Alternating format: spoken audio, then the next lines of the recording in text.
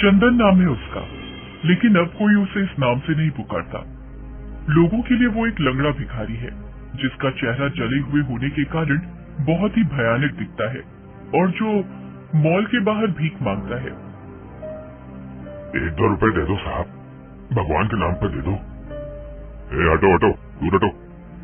चंदन के कटोरे में कोई कुछ पैसे डालता तो कोई उसे देखकर नाक भौं सिकोड़ कर आगे निकल जाता, तो कोई उसे दुत्कार देता। कहते हैं जीवन बहुत बड़ा जादूगर है। अगले पल में ये कौन सा जादू दिखाकर आपको चकित कर देगा, ये किसी को नहीं पता। चंदन के जीवन में भी ऐसा ही कुछ घटा था। आज से 1.5 साल पहले वो बिल्कुल भला चंगा था। वो एक छोटा सा खाने पीने का ढाबा चलाया करता था, लेकिन एक दिन उसकी दुकान में शॉर्ट सर्किट के कारण आग लग गई। वो बेचारा उस समय दुकान के अंदर ही था। बचाओ बचाओ, दुकान में आग लग गई है, मैं अंदर फंस गया हूँ। आग तो बुझी, लेकिन सब कुछ खाक करके चंदन का सारा सामान जलकर राख हो चुका था। उसका चेहरा और एक पैर बुरी तरह जल गया था। लोगों ने उसे अस्पताल पहुंचाया। उसकी जान तो बच गई, लेकिन उसका एक पैर खो गया। उसके चेहरे पर जलने के कई निशान बन गए। उसके दोस्तों और रिश्तेदारों सबने उसका साथ छोड़ दिया। सिर्फ उसकी बूढ़ी माँ ही उसके साथ इस विपत्ति की घड़ी में थी। कई महीने इलाज में लग गए, सारी जमा पूंजी खत्म हो गई। जब अस्पताल से बाहर आया तो सब कुछ बदल गया था, लेकिन पेट तो भरना ही था, अपना भी और अपनी बीमार माँ का भी। उसने बहुत जगह काम मांगने की कोशिश की, लेकिन कोई भी उसे काम देने को तैयार नहीं हुआ। मजबूरी में वो भीख मांगने लगा। एक बार की बात है, जब वो भीख मांगकर अपनी टूटी फूटी झोपड़ी में पहुंचा तो देखा कि उसकी माँ लगातार खांसी जा रही है।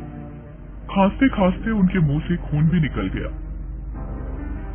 अम्मा अम्मा, ये खून कैसे निकल गया? पता नहीं बेटा, ये खांसी तो जा ही नहीं रही है। रुक माँ, मैं खांसी की दवा लेकर आता हूँ।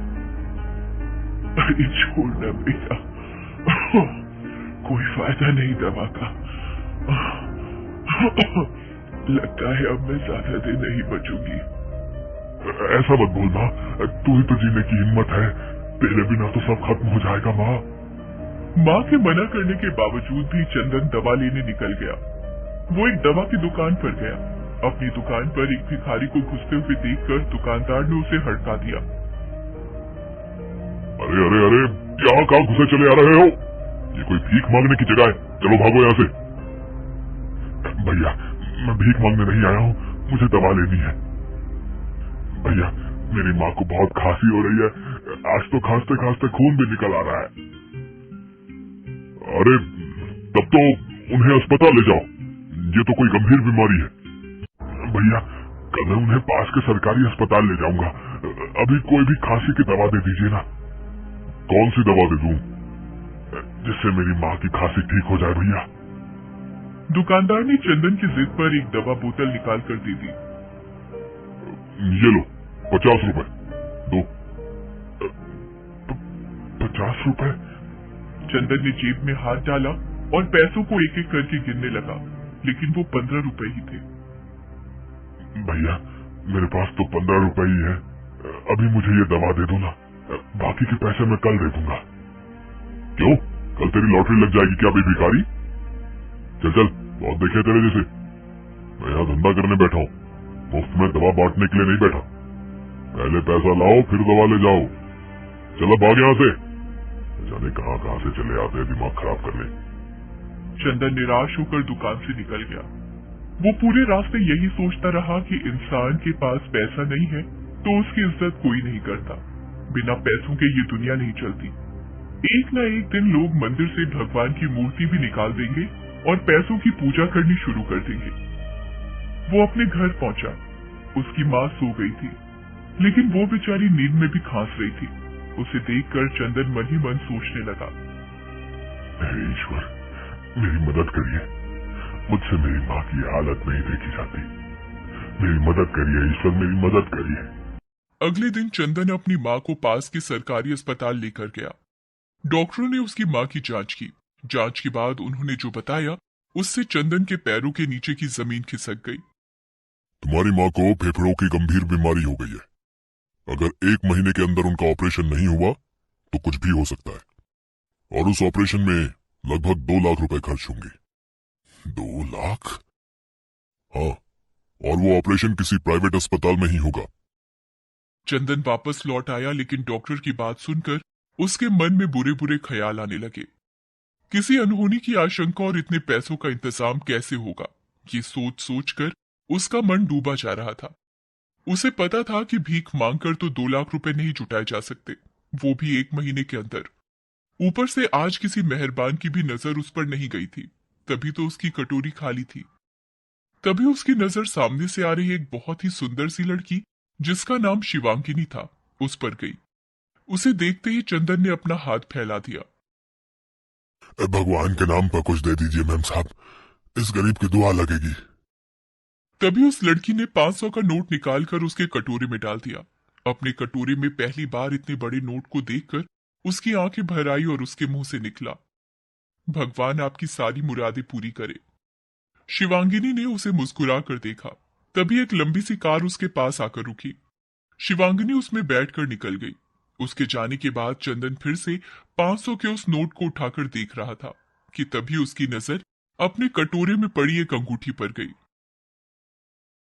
अरे, ये अंगूठी कहाँ से आ गई? दिखने में तो काफी महंगी लग रही है, डायमंड की है शायद, लेकिन ये कहाँ से आई?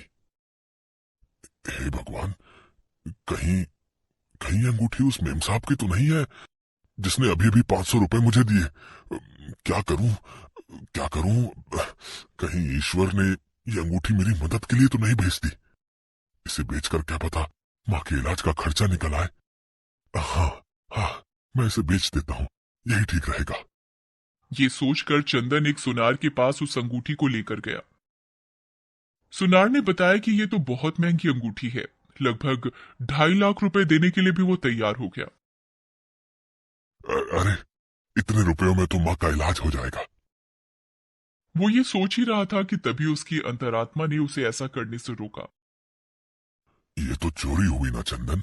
माना कि माँ बहुत बीमार है, लेकिन इस तरह किसी की अंगूठी बेचकर माँ का इलाज कराना क्या ठीक होगा? नहीं नहीं, ये अंगूठी मेरी नहीं है। मुझे उस मेम साहब को खोजकर ये अंगूठी देनी ही होगी। चंदन वहां से निकल आया और उस मेम साहब की तलाश शुरू कर दी। लेकिन इतने बड़े शहर में उन्हें ढूंढ पाना इतना आसान तो नहीं था। वो बेचारा हर दिन हर चेहरे में उस मेम साहब को ढूंढने की कोशिश करता, लेकिन वो नहीं मिली। इस बात को 10 दिन बीत गए। एक तो माँ के इलाज की फिक्र, दूसरे मेम साहब की तलाश। यही सोच सोच कर चंदन कई रातों से सोया नहीं था। लेकिन 11वें दिन उसकी नजर उस मेम साहब पर पड़ गई। वो अपनी गाड़ी में बैठकर उसके सामने से निकल रही थी। चंदन अपनी जगह से उठा और लंगड़ाता लंगड़ाता उनका पीछा करने लगा। कुछ ही दूरी पर वो कार एक बड़े से अस्पताल के बाहर रुकी और वो उस अस्पताल में दाखिल हो गई। चंदन भी अस्पताल के अंदर गया और मेम साहब को आवाज देने लगा। मेम साहब, मेम साहब, मेम साहब। शिवांगिनी ने उसे पलट कर देखा। अरे तुम्हें तो मैंने कहीं देखा है। मेम साहब, मैं मॉल के बाहर भीख मांगता हूँ। 10 दिन पहले आपने मुझे 500 रुपए दिए थे। हाँ, याद आया। पिछले 10 दिनों से मैं आपको ढूंढ रहा हूँ। आपकी एक चीज मेरे पास है। ये कहकर चंदन ने वो अंगूठी शिवांगिनी को दे दी। शिवांगिनी उसे देखकर चौंक गई। ओह माय गॉड, इस अंगूठी को ढूंढ ढूंढ कर मैं परेशान हो गई थी। तुम्हें पता है, ये मेरी स्वर्गवासी माँ की अंगूठी है। उन्होंने अपनी मृत्यु के पहले ये अंगूठी मुझे दी थी। ये मेरे दिल के बहुत ही करीब है। ये तो मुझे नहीं पता मेम साहब, लेकिन इतना पता है कि यह आपकी अमानत है और इसे आपको सौंपना है। ये कहकर चंदन वहां से जाने लगा। तब शिवांगिनी ने उसे रोका। तुम्हें पता है, मैंने तो इस अंगूठी के मिलने की आस ही छोड़ दी थी, लेकिन देखो ये फिर से मेरी उंगली में है। काश सबकी किस्मत ऐसी ही हो, किसी से किसी की प्यारी चीज कभी ना खोए, और अगर खो जाए तो कोई तुम्हारी जैसा उसे वापस कर जाए। उसकी बात सुनकर चंदन फूट फूट कर रोने लगा। तब शिवांगिनी ने उसके रोने का कारण पूछा। तब चंदन ने उसे अपनी कहानी शुरू से अंत तक बताई। चंदन, तुमने मेरी माँ की निशानी मुझे वापस दिलाई। तुम्हारी माँ को मैं कुछ नहीं होने दूंगी। इसी अस्पताल में उनका इलाज होगा और मैं करूंगी उनका इलाज। डॉक्टर शिवांगिनी करेगी उनका इलाज। क्या क्या कहा? आप डॉक्टर हैं? हाँ, मैं इस अस्पताल में नौकरी करती हूँ। और हाँ, आज से तुम भीख नहीं मांगोगे। मैं तुम्हें यहाँ के मालिक से कहकर काम दिलवाऊंगी। तुम इस अस्पताल में अपनी कैंटीन शुरू करो। चंदन की माँ को ऑपरेशन सफलतापूर्वक हो गया। चंदन शिवांगिनी के अस्पताल में अपनी कैंटीन चलाने लगा। उसने जी तोड़ मेहनत की, अच्छी आमदनी शुरू हो गई। फिर उसने शहर के एक पुराने होटल को खरीदा। उसे भी उसने नया सा बनाकर काम शुरू किया। धीरे धीरे उस शहर में उसके 5 होटल हो गए। लेकिन वो रुका नहीं, क्योंकि उसका लक्ष्य तो कुछ और था।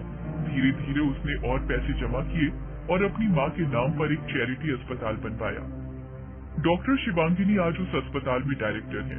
इस अस्पताल के माध्यम से चंदन की कोशिश ये है कि पैसों के अभाव में किसी गरीब का इलाज न रुके और किसी की प्यारी चीज उससे कभी न खोए।